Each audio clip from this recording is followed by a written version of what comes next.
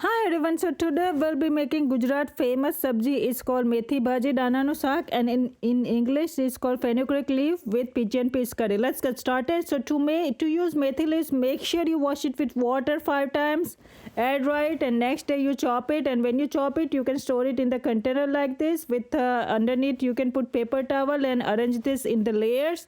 And this is how I have stored it. Make sure you wash it really well. It's the important thing to do it before you make any methi bhaji. Some people use the frozen methi, but it does not taste good, okay, compared to fresh one. Make sure you chop your own, and then if you have to freeze it, freeze your own chop ones. Do not buy the frozen one. So here I'm taking ginger, garlic, chili and make a paste. I'm not using all of them. I just need 1 tablespoon for my curry. Rest you can leave it in the fridge and you can store it for 4 to 5 days. So here I'm taking my washed fenugreek leaves, potatoes. Make sure you chop them really big. So I have added astafatida, coriander, cumin powder, turmeric powder, red chili powder. So that's red chili, some salt, and 1/8 cup of oil. Later on I'll be adding ginger garlic chili paste, okay? So my tuor lilva, these are the frozen ones that I got it from the Indian store. Make sure you look for tuor lilva frozen one, okay? And now stir it really well. Turn on the gas. We are just missing one key ingredients to make this curry, which is ginger garlic chili paste. You could have added it earlier, or you can add it now. Either way it works, but this time I was my grinded one wasn't ready. That's why it took me forever. But whenever you were adding spices, you can also add it at the same time. So now after you stir it, make sure you add some water. Here I'm using beetroot infused water, but you can use regular water too. It just makes it more healthier. So in one whistle our curry should be ready.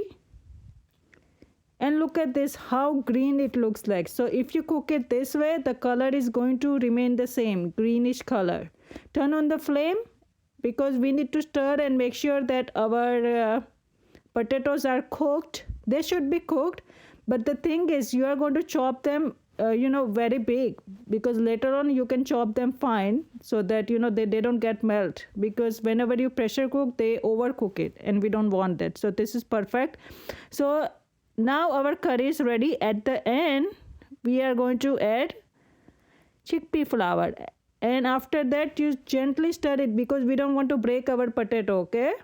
Gently stir it, make sure it's combined everywhere, and then you let it cook for 3 to 4 minutes. Then our curry is going to be ready. So this how it's very simple to make it. It's not very complicated, and it tastes so delicious. You should try it out. You can serve this curry with chapati, with paratha, okay?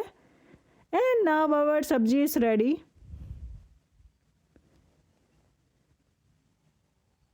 So this is a traditional recipe that I have shared it with you. I hope you like it. It's very simple to make it.